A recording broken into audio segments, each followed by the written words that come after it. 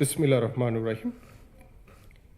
ক্রিয়া ভাতা প্রদান কার্যক্রমের শুভ উদ্বোধন এবং ক্রিয়া কার্ড ও আন্তর্জাতিক পর্যায়ে সাফল্য অর্জনকারী ক্রীড়াবিদদের সম্মাননা প্রদান অনুষ্ঠানের প্রধান অতিথি গণপ্রজাতন্ত্রী বাংলাদেশ সরকারের মাননীয় প্রধানমন্ত্রী জনাব তারেক রহমান এমপি এবং মঞ্চে উপবিষ্ট রয়েছেন আমাদের স্থানীয় সরকার পল্লী উন্নয়ন ও সমবায় মন্ত্রণালয়ের দায়িত্বপ্রাপ্ত মন্ত্রী জনাব মির্জা ফখরুল ইসলাম আলমগীর এবং আমাদের মাননীয় মন্ত্রী উপদেষ্টা আমাদের প্রশাসক এবং সামরিক বেসামরিক বিভিন্ন পর্যায়ের কর্মকর্তাবৃন্দ, সম্মানিত অতিথিবৃন্দ এবং ক্রীড়া সংগঠক এবং আমাদের গর্বিত ক্রীড়াবিদ এবং উপস্থিত সুধীজন, আসসালামু আলাইকুম।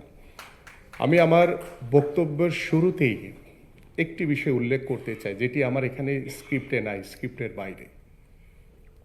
আপনারা সেদিন দেখেছেন 26শে মার্চ বিকেলবেলা আমরা যখন সাবেক খেলোয়াড়রা লাল দল এবং সবুজ দল করে আমরা একটি প্রীতি ম্যাচ আয়োজন করেছিলাম। আমাদের মাননীয় প্রধানমন্ত্রী সেদিন হঠাৎ করেই তিনি কিন্তু মাঠে উপস্থিত হয়েছেন, আপনারা সেটি পরিলক্ষিত করেছেন।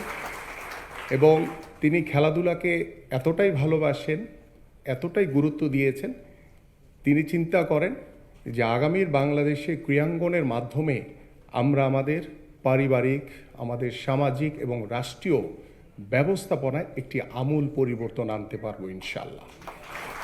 তাই আমি আন্তরিকভাবে আমাদের মাননীয় প্রধানমন্ত্রীকে ধন্যবাদ জানাই। তিনি হঠাৎ করে সেদিন উপস্থিত হয়ে সারা দেশের ক্রীড়াবিদ, ক্রীড়া সংগঠক, ক্রীড়ামোদীদেরকে যেভাবে উৎসাহিত করেছেন, আমি দৃঢ়ভাবে আশা করি আজকের এই শুরুটা তারই একটি প্রথম ইনিশিয়েটিভ। তাই আমি আশা করব এইভাবে আমরা যে শুরু করেছি সেই শুরুটা ইনশাআল্লাহ আস্তে আস্তে করে আমরা এগিয়ে নিয়ে যেতে চাই, যে আগামীর বাংলাদেশে আমরা যাতে ক্রীড়াঙ্গনকে একটি সুউচ্চ জায়গায় দাঁড় করাতে পারি।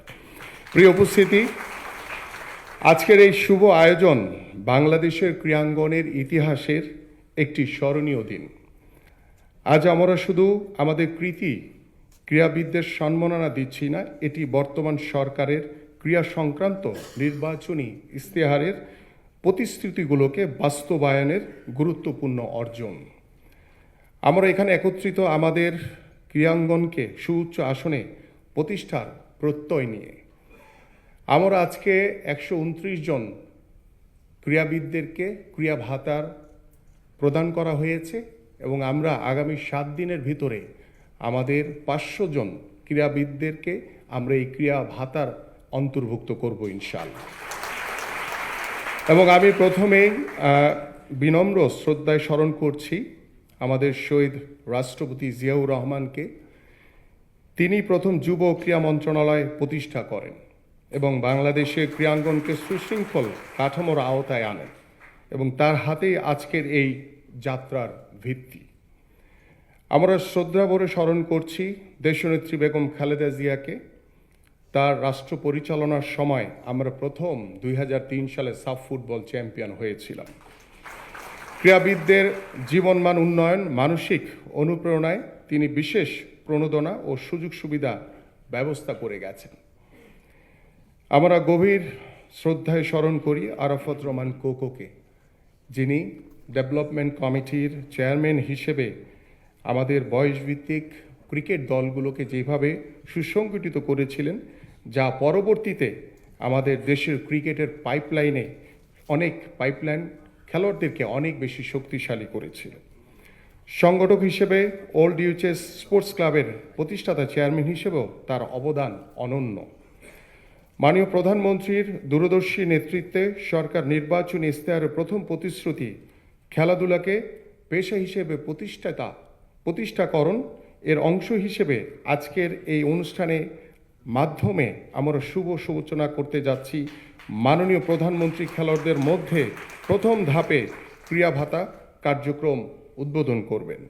সেই সাথে ক্রীড়া কার্ড প্রদান কার্যক্রমও শুরু হবে এবং এই কার্ড শুধু পরিচয় নয়, এটি ক্রীড়াবিদদের মর্যাদা ও ভবিষ্যৎ নিরাপত্তা নিশ্চয়তা দিবে।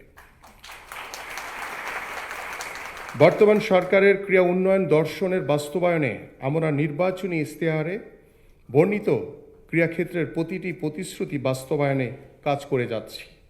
আজ আমি মাননীয় প্রধানমন্ত্রীর উপস্থিতিতে সেগুলো বাস্তবিক অগ্রগতি তুলে ধরতে চাই।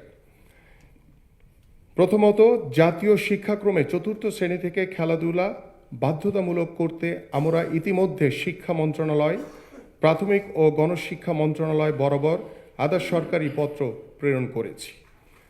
আগামী 2027 সালের জাতীয় শিক্ষাক্রমে এই বিষয়টি অন্তর্ভুক্ত করতে একটি আন্তঃমন্ত্রণালয় কমিটি গঠন করা হয়েছে।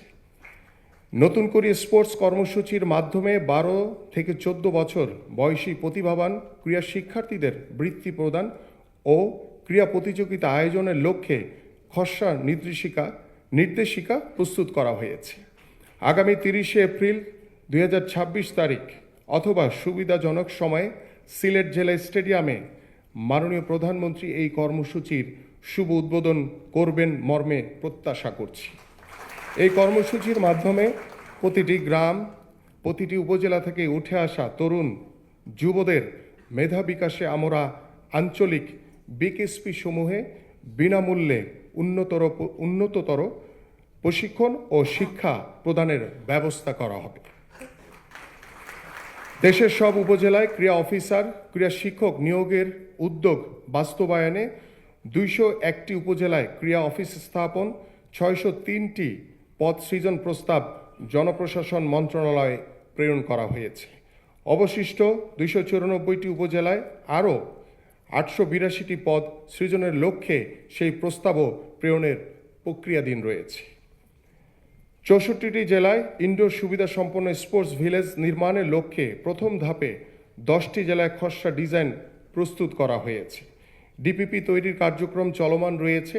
ইতিমধ্যে স্পোর্টস ভিলেজের জন্য সম্ভাব্য জমি নির্ধারণ, অধিগ্রহণ মূল্য প্রেরণের জন্য সকল জেলা প্রশাসককে পত্র দেওয়া হয়েছে। ওয়ার্ড ভিত্তিক মাঠ তৈরি ও মাঠ দখলমুক্তকরণের লক্ষ্যে প্রধানমন্ত্রীর কার্যালয়ের নির্দেশনা মোতাবেক সারা দেশে প্রতিটি ইউনিয়নে 3 একর জমি অধিগ্রহণপূর্বক মাঠ নির্মাণের জন্য কার্যক্রম শুরু করা হয়েছে। ইতিমধ্যে প্রধানমন্ত্রীর কার্যালয় হতে একটি কমিটি গঠন করা হয়েছে। দেশীয় ও আন্তর্জাতিক পর্যায়ে বিশেষ চাহিদা সম্পন্ন সুবিধা বঞ্চিতদের খেলার সুযোগ নিশ্চিত করতে প্রতিবন্ধী ক্রীড়া সংগঠকদের সাথে সভা করে তাদের মতামতের ভিত্তিতে প্রয়োজনীয় উদ্যোগ গ্রহণ করা হয়েছে।